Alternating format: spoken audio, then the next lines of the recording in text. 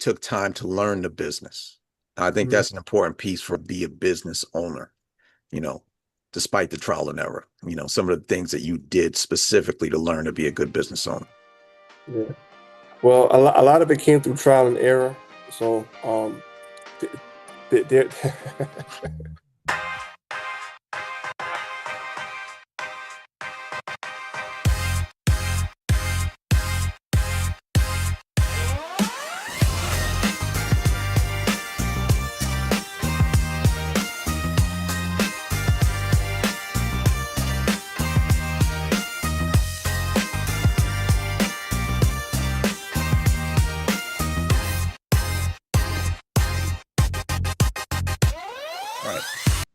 Hi, everyone. Thanks for coming to the first ever online, remote interview for C&V Productions. My name is Cecil. I'm the owner of C&H Insurance and co-host of C&V Productions. And I'm Victor Moran, co-host of C&V Productions. Welcome to another episode of C&V Productions Presents. And today we present Sincere Delgado. Sincere, welcome to the show. For those that don't know you, who are you and what business are you in? Yes, sir. Well, first I want to say thank you for having me here. I've communicated with Cecil beforehand to set everything up, and I appreciate you guys having me on. But yes, my name is Sincere Delgado. I'm the owner and founder, the founder and owner of PhlebStick Mobile LLC. It's a specimen collection company that started back in August of 2021. It started off locally, just providing services here in Connecticut that was able to expand throughout the New England area. And primarily what we do is provide services like mobile phlebotomy. We also have an office in Bristol, Connecticut, 291 Queen Street, where we also provide drug screening. And those are primarily our services that generates the most revenue for the company. And not only that, we provide services for private clients, but also for assisted living and the skilled nursing home facilities as well. Oh, that's great. That's great. So Sincere, why don't you tell us a little bit, because let's take it back a little bit. This is not a normal business that you hear a lot of people getting into, right? So why don't you tell us a little bit about how you got started and what drove you to this line of business? Yes, sir. So what made me want to get into this business was that initially I started my career in healthcare about approximately like 10 years ago. And I was a certified nurse's aide at that time. And I had a desire to become a registered nurse and get like my bachelor's, my BSN in nursing. But due to certain circumstances that took place from the time that when I was trying to pursue it, it just didn't happen.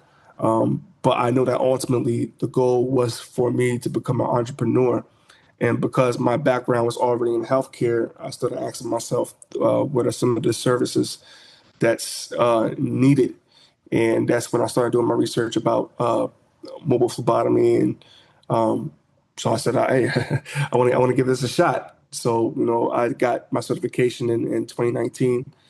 I started working for different companies like Trident Care, Quest Diagnostics. Then from Quest, I went to Hartford Hospital. From Hartford Hospital, I went to UConn to work for the state. And then with all of the combined experience that I was able to acquire for working these jobs, I was able to put that to use when I went independent. So. Yeah, that's great, Sincere. Quick question before we move on. Phlebotomy, for those that don't know, what is it? Phlebotomy, the most simplest term I could put it in is just the extraction of the blood that comes from the needle through the vein. So that's basically what phlebotomy is in simple terms. Yeah, I had to look it up. I ain't gonna front. Yeah. Same here. I'm like, it sounds great. That's science talk right there. Yeah, what is that? I need to understand. But what I guess, phlebotomy, again, Cecil said it, right? You don't really hear this stuff. And I guess what problem were you trying to solve? What got you into phlebotomy? Well, it was just the information that was put out there. I don't have the exact source listed from the top of my head, but there was just a report that was put out that I've seen where our state is actually predominantly like elderly. I would say over the age of 65 years or He's older. talking about us, Cecil, just so you know. You talking about you, Vic. That's not me, bro. I got some years in me still. Sorry, Sincere, go ahead. So just finding out the demographics of the state of Connecticut, where there were a huge population of elderly folks, and knowing that this population existed, I know that came with other complications where there were just people who couldn't leave their homes, or even for people who may not be elderly and, they're at their place of business and they're constantly busy and they don't have the time to go to the laboratory to get their blood drawn, because when you walk into places like LabCorp and Quest, there's a waiting time. Sometimes it's not even patients are not even being served on a first come, first served basis, is by appointment. So you can get there before somebody else, but because they scheduled an appointment the day before, you're sitting waiting there for 30, 45 minutes, and somebody who just walked in just walk right past you and get. So just for the convenience, and also because of the demographics of an older population, I wanted to get in and just solve that problem of people who couldn't leave their homes or just too busy to go to the lab. Yeah, that's interesting because based on what you just said, you identified a need, and that sort of dictated your role, the business that you were moving to, and that's a smart way to play it. I mean, a lot of small business owners get into a situation where they think that there's a need for their services, and then come to find out that maybe there wasn't, right? There really wasn't that need there, and then ends up closing down the line. So it's real smart that you took an opportunity to see what the landscape looked like, and then built a business around that. That's a smart move. Yes, sir. Yes, sir. Thank you. Yeah.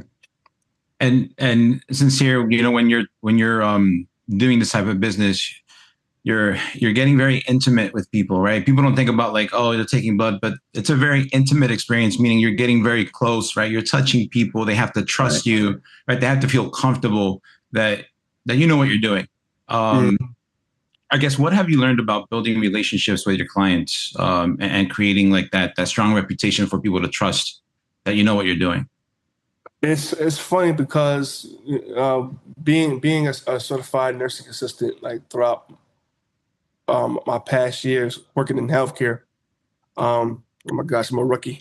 In the background, but it was a little intimidating at first when I started the business, because it's different working for a company in Trident Care, because Trident Care was the job where I actually had to go to different nursing homes and draw blood from the elderly, but it wasn't in their homes. When I started going to people's homes as an independent phlebotomist, it was a little bit more intimidating, only because that you wanted to make sure that you were doing your job correctly. You wanted to make sure that your patient feels comfortable. So it took some time for me to adapt to that aspect of the business of patient care. So eventually I was able to figure out a routine of how to make my patients feel more comfortable. One of the first things that I do, that's if we already spoken on the phone, I tell them about the service, how much it's going to cost. I make sure I give that friendly customer service. But once the appointment actually comes, and I call them and let them know that I'm in the driveway, so they know that I'm here. When they open the door, I make sure I smile. I say, hello, how you doing? Good morning. And I always say this. I say, listen, do you want me to take off my shoes before I come in the house? Right. And that gives them a sense of comfort of knowing that somebody is going to take off their shoes is like a sign of respect. So that's how I kind of break the ice before I provide the service. They say yes or no, and I come in. I make sure I introduce myself. I explain the procedure to them.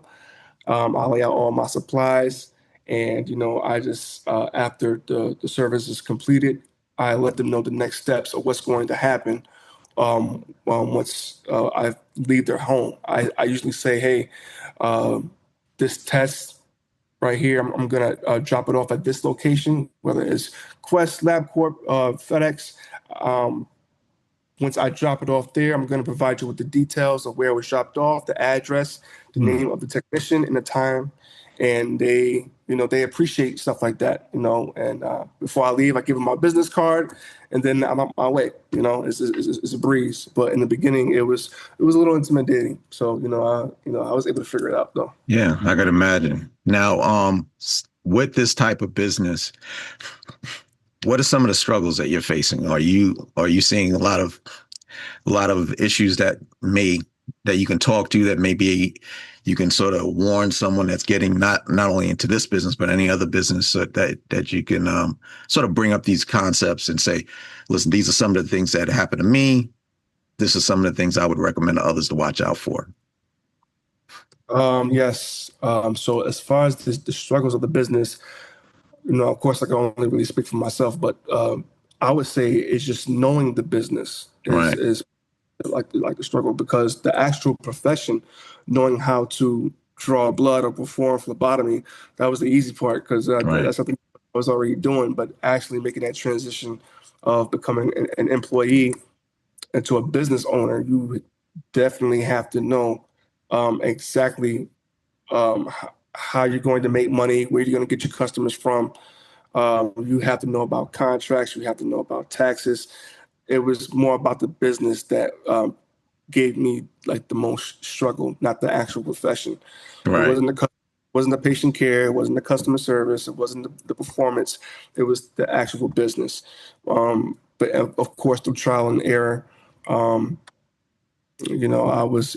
I made some mistakes, Yeah. as pretty sure a lot of business people do in the beginning Yeah. when they get into a new business. But it's all about educating yourself, application, putting it to use. And I'm in a much better space now because I decided to educate myself about the business. Yeah. So. Hey, Sincere, you mentioned getting customers in the phlebotomy business. Like, what has been the best thing that you've done to gain customers? What has been the best thing I've done to gain customers?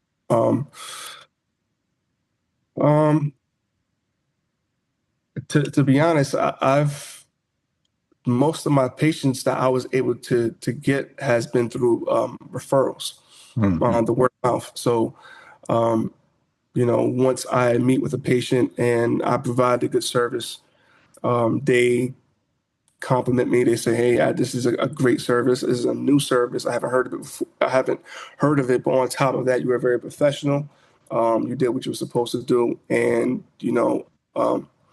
they made the suggestion that they would, spread the word. Spread the word. They would talk to their doctor. They would tell their friends about who I am and the services I provide. And on top of that, I gave each and every single patient a business card before I left. So, I think that's that. It was a simple formula, but it works. You know what I mean? Of course, Yeah. I've spent money on Google ads, social media ads like Facebook, Instagram, YouTube ads. But most of my customer base came from word of mouth and patient referrals. Oh, that's great. Yeah. Yeah, that's Well, great. that's the best way to build a business, right there, is referrals. Yep. Yes. It's unfortunate though. We do look at, marketing is such a key part of the business process, but it is one of the most costly. So if you can avoid that cost by, just being good to your customers and having them refer you, it's no out of pocket cost. It's just no cost of being nice and being somebody likes, right? So it's always the best way to build, no out of pocket expense. You're already there. Be nice, be good to your client, and then hopefully they, send your name out there, and then you grow with them. Yeah, that's all you really can do. Yeah. I always told myself, hey, listen, because I know how to perform phlebotomy. One thing, and I tell this to my other phlebs that work for me. I don't have to tell you how to do your job because you already know how to do your job. But the only Right. thing that I emphasize on is just good customer service, professionalism, and compassion, because that's something that you cannot teach. So if you give that as well, besides the profession, then you'll be in a pretty good space, and that's what this was worked for me. It's always worked for me. Yeah. What do you find your customers appreciate the most? I know you're talking about customer service and providing great customer service, but what do you find customers appreciate the most? Right? What is it that you're doing that you think is giving you the upper hand? I would say my level of compassion for them. They appreciate compassion more than anything. Of course, they appreciate you doing a good job and knowing what you're doing, because you got to make sure not hurting them, right? Not hurting them is a good one, right?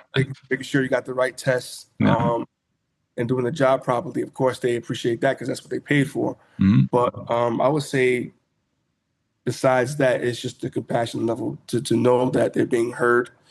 There's been plenty of times where patients were they show their the vulnerable side, and they explain what they were going through health wise, and the fact that I was attentive to them, and I listened to them, and was responsive to them. They really appreciate that. And you just reminded me, because I've had my blood drawn quite a bit, just because I've had some health issues in the past. But I do remember like some people being cold, and I'm like, man, they're like just really cold. You try to talk and small talk, and it's like they're just not there. So I can. The lights are on, but nobody's home, right? Right. Exactly.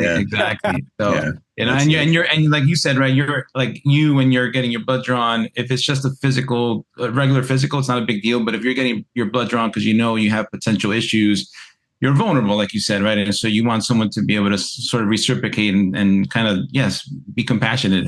Hear me out here. I just want to talk. So I totally understand that. You also you mentioned. I guess the RN piece, or the phlebotomy piece, like learning how to draw blood being easy, but and people see like the end result. They're seeing you know how to do it. But I mean, tell people like what kind of what type of process or effort is required to kind of, when you went to school, you got training, obviously, like what does that process look like? How long is it? Is it something that people can do quickly, or is it something that takes a long time to master? It's something that people could do quickly. Depending on what program you go to, the duration of the course can take anywhere from a couple of weeks to 6 months. A lot of people feel like they can start this business because it's a quick certification. Like I said, depending on what program you go to, but compared to like a 2-year or 4-year degree, a couple of weeks to 6 months, is nothing. But the thing is, I had a strategic plan going into this business. Even when I was working for the companies I was working for, with the free time I had, I was doing research about how I wanted to pursue the business.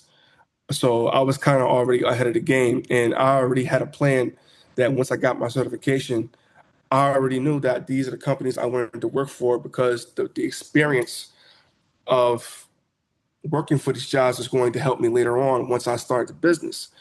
And, I've seen a lot of people that got their certification because they wanted to start the business, but they have no experience. Right. They don't have any. And again, like I said, I was already in healthcare for 10 years, even before I got my phlebotomy certification. So I'm in these environments already. Right. And so I think that's what the misconception is, as far as like other people trying to get into the business. But like I said, I already had a strategic plan, and it worked out in my favor. Nice. That's cool. So I want to take it back a little bit. Yeah. You mentioned that you took, doing phlebotomy, drawing the blood, that wasn't the problem. That was never an issue. You took time to learn the business. I think that's an important piece for us to talk about. So what's some of the things that you did to learn the business part, how to be a business owner, despite the trial and error, some of the things that you did specifically to learn to be a good business owner? Yeah. Well, a lot of it came through trial and error. So th- there there are times where I was approached with different offers. Well, I won't say one offer because it happened about a year and a half ago. Yeah. Where I'm just giving an example. I was on vacation. I was in Puerto Rico, just visiting family out there. And I'm on vacation, and I received a phone call from this assisted living agency. It was somebody I think who was a representative on their behalf, and who just told me that, hey, listen, we just got a major problem because one of our vendors, I guess, backed out of the deal or something to that nature. Right. And they wanted me to fill that void, and me being so, and this was, I mean, I could kind of say it was kind of my fault because I was just so excited. Hmm. But I told myself that, once I step my foot in, I'm gonna just let all the chips fall in place. I'm gonna just figure it out on the way there. Because Right. so what I told the guy was, I said, listen, I'm ready. Even though I was not ready. But I Right. was not ready. I was still on vacation, and they wanted to They wanted to get started quickly because Hmm. if you have a vendor that's performing phlebotomy services, blood work is really important. That's how Yeah. doctors make their diagnosis for medications and certain medical conditions. So if somebody's not performing phlebotomy services on a regular, especially when it comes to assisted living and skilled nursing home, that's a major problem. Right. So you know, I think I only had a couple of days left. I said, listen, if you guys can just give me just about a good month, even though they was trying to press me to get started sooner. Hmm. Just give me a good month, and I'll make sure I'll get everything set up and ready. And once I got back home, I I went buck wild, stupid, trying to scramble to get all the hire phlebotomists. I had to create the schedule as far as like and it was like 40 buildings. It Oh was like wow. 40. They wanted me to take over, but I guess I was so desperate, and so I took the assignment. I had to create the schedule for all these buildings for certain days. I had to hire X amount of phlebotomists, quite a few of them, and I mean, it was a lot. It was a lot of trial and error because it was my business model was built upon the direct to consumer. It was Right. never intended to service skilled nursing home and assisted living. It developed into that. My business model was really simple. I tell the customer or patient what the service is. This is how much it costs. You pay for it or you don't. You Right. know, it was just opportunities that was coming my way that I said, okay, I want to evolve. I want to grow. I want to do something different. I want to see how it works out. And just without knowing exactly what that what part of that industry works, I just kind of like dove nose first Right. into that industry, and I was able to, you know, um, just figure it out. Just make my mistakes. I had people that quit on me the first day. I think I had like 2, 3 people quit on me the first day, but I Hmm. didn't stop me. I just kept on going. I kept hiring people, and once I found out the routes of where the facilities were and where my phlebotomists were and how am I going to schedule them to go to that place without burning them out and putting a whole bunch of mileage on their cars. I had Right. signed the phlebotomists where they were located in accordance to where the other facilities were in their area, so I had to make schedules for that. And knowing about payroll, and had Right. to know about what net 30 was, Yeah. submitting an invoice. And then once you submit the invoice, you get paid 30 days after you submit Yeah. the invoice. Hmm. And Yeah. so I had to come up with a strategy of how I was going to get paid consistently. So I submitted my invoice every 2 weeks. So I was getting my check every 2 weeks because that's how I would submit the invoice is every 2 weeks. And knowing about contracts and language, paying lawyers, it was crazy. It was Right. crazy. Yeah. Um, it was a really good experience with that specific deal. Um, at this moment in time, I'm not currently servicing them because now that I know the business, Hmm. I know the flaws that were made, and there were certain things that I wish I would have took my time on to know about before diving nose first. But Right. that was being hard-headed and stubborn, just wanted to get my name out there, just wanted to Right. see if I can take advantage of the opportunity. But if I had to do it all over again, I think I would have took my time just to know more about the business before I did that. That's great. Well, it's a great story. Well, it is. It Yeah. is. So Sincere, for those small businesses that are looking to scale, what would your advice be as far as you need to ask these questions and have these things ready? What would that be? Oh man, get a lawyer. Get a lawyer. Know about contracts. There was a book that I purchased not too long ago. I forgot the name. But it's NBA something. I wish I had it in front of me right now. But it was just a book that talks about contracts and contract language and the definition of what certain words mean in contracts that allows you to read and educate yourself on. So knowing about contracts, getting a lawyer, knowing knowing about taxes. Right. All that stuff is important. It's just the business. You have to know what can be written off and what cannot be written off as far as taxes. Being organized, keeping log sheets, having the right certifications, knowing about business insurance. You got to make sure that your phlebs have their insurance, and if In they place. don't Yeah. have the insurance, you have to put them underneath your insurance. You have to pay more money for that. So Yeah. it's a lot of stuff that people have to research on. It's just the business.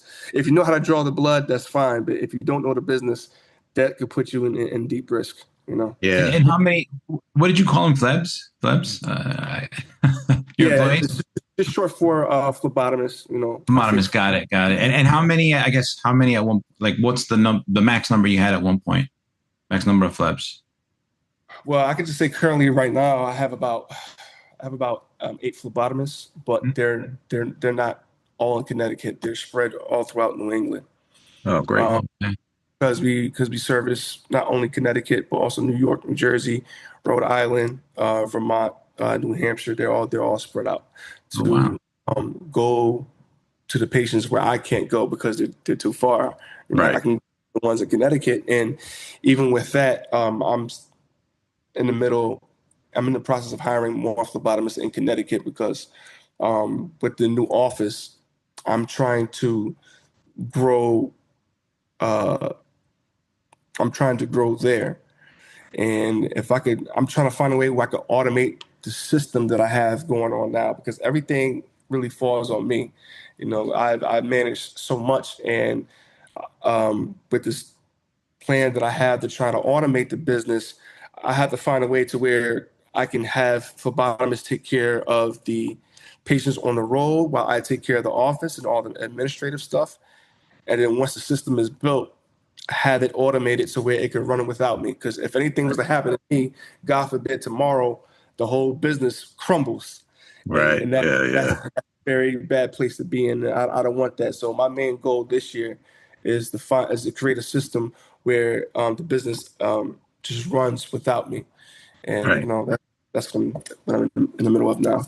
All right. Well, that's good. Now, I know we're coming up on time, but I wanted to ask this question because it it seems that in the growth of your business and really the growth of any business, getting the right people is important, and you have to hire phlebotomists that you trust that can do the job the right way. So what's your process? What are you actually doing to hire these people and make sure that they have the same mindset that you have for your business?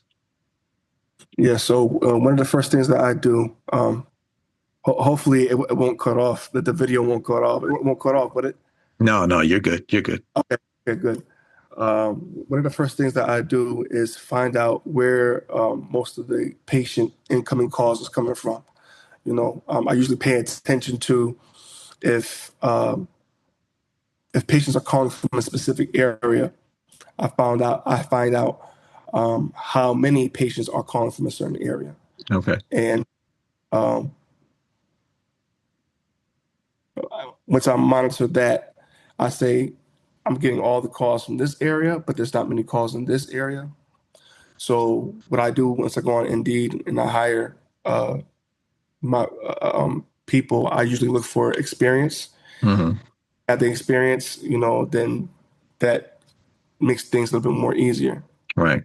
And I just tell them, like, hey, listen, like I said, I can't tell you how to do your job because you already know the business, but just maintain professionalism and show compassion, and you'll always have work coming your way.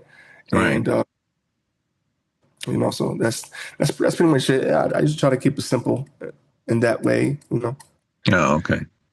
Okay. Most of the calls I get is from Connecticut, New York, and Massachusetts. So those where most of the phlebotomists are located. Yeah. If there's sometimes I do get calls from Rhode Island and Vermont and these other places, but um, because I barely get calls from there, sometimes the phlebotomists that I've hired, they get a little impatient and say, "Hey, where's the work?" I'm Right. like, "You gotta be a little patient. I'm working on it, but sometimes it comes when it comes. You can't really force phone calls to come. The only Well, thing yeah.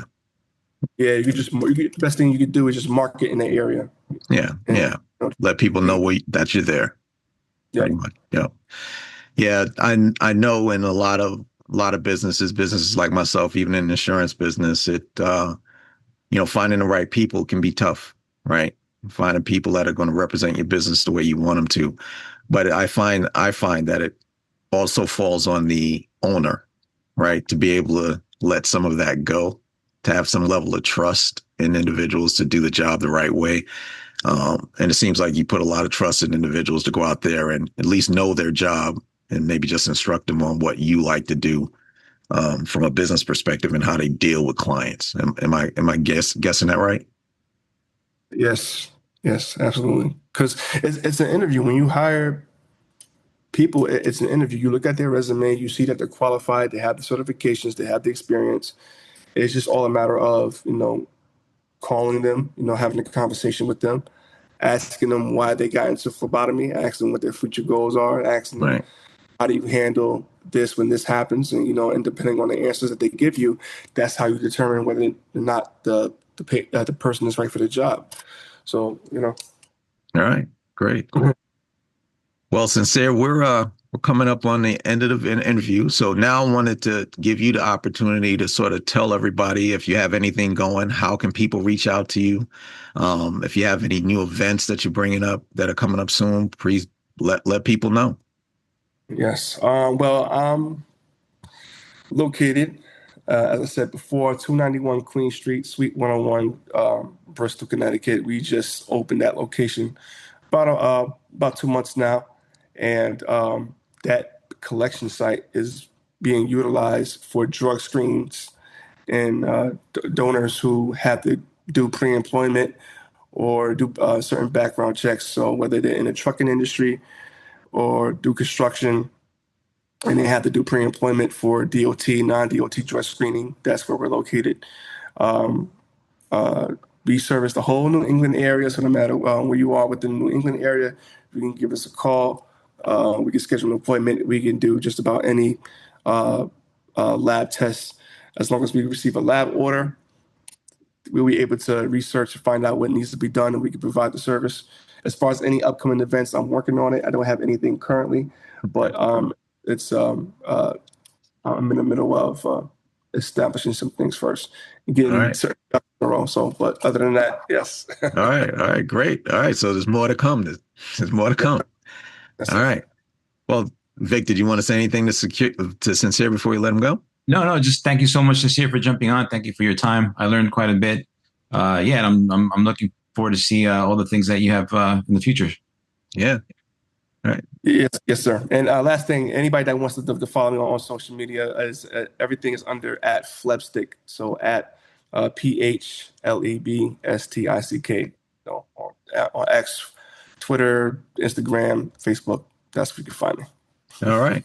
Well, Yeah. Sincere, thank you again for coming on. It was a great interview. I think we got a lot of great knowledge out of you. It was great to hear your story, learn a little bit more about your business.